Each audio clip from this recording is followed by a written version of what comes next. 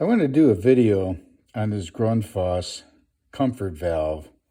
It failed on me the other day, so I bought another one to replace it, but that's the second one I had to replace, and these things are not cheap.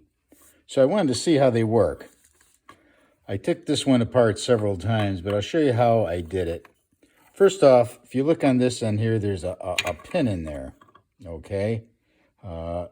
You stick your needle nose pliers on the end of it like this on an angle. Open them up, stick it in there, grab it, and then push up like that. And you'll see that it came out a little bit on the top.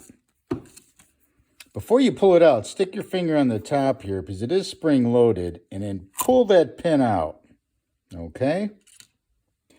And this is what you have inside.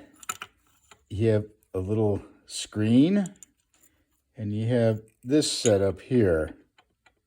This is how it comes out like this. There's two springs, one on each end. There's this setup here. It has a rubber boot that comes out, and this is like the piston here. And with this goes in and out.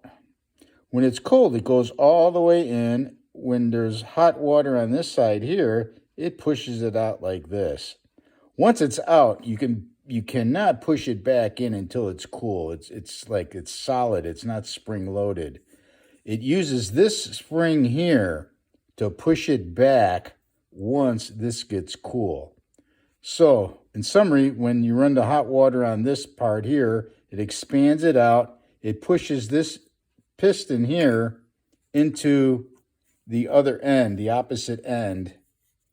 And what I'll do, I'll take this out too, because that's all that's in here is a check valve. And it comes out fairly easy.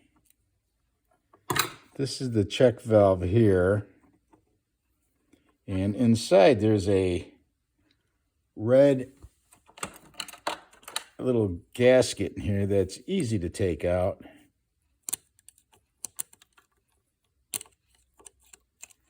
This is it here. And I got this little tool here from Harbor Freight. It's a couple dollars. What this check valve is, and the seal, as you can see, there's a little piston in here too. Just goes one unit. That's it. And if you look in here, it is just a hole. That's where this top of this guy goes into from here. Goes all the way in, and it blocks the water. Okay, now I'm going to try this.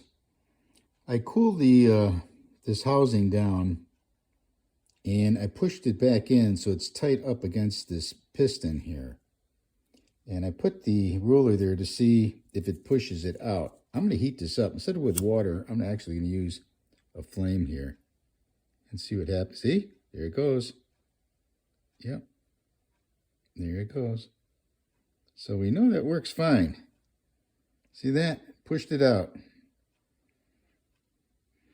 The thing is that it's not compressing again. I have to force it in.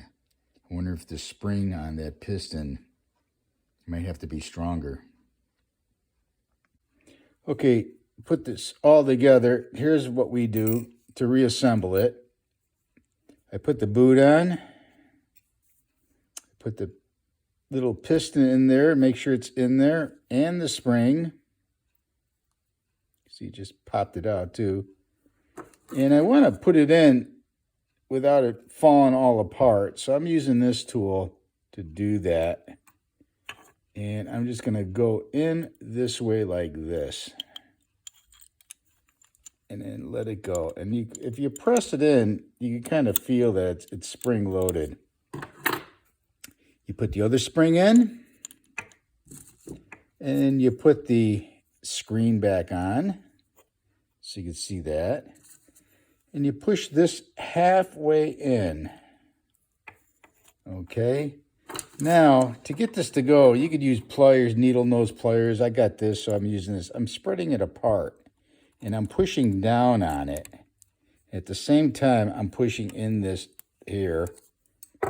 And just to finish the job, push it all the way in, and you'll see that it's actually in there now. So Now on this end, you could actually see the piston way in there. It's kind of hard to see, but you could see the piston in there, closing it. Now this could go back in, it just pushes back in like that. You seat it in there. That check valve's done. Now, the way I tested this is I ran hot water through this part here where it says hot for about a minute or so. And then I stuck my thumb over this here and I blew into here. And no air came out this side here, which means it's working. It's hot. The valve opened up and pushed it here to seal it. So to see if the spring and everything was working right, to push it back to reset it, I ran cold water in here for about a minute or so, and it did the same thing. I stuck my thumb over here, blew through here, and air did come out through this side. So the valve did reset itself and pulled back. So, well, I got a working one. This valve here was pretty messed up.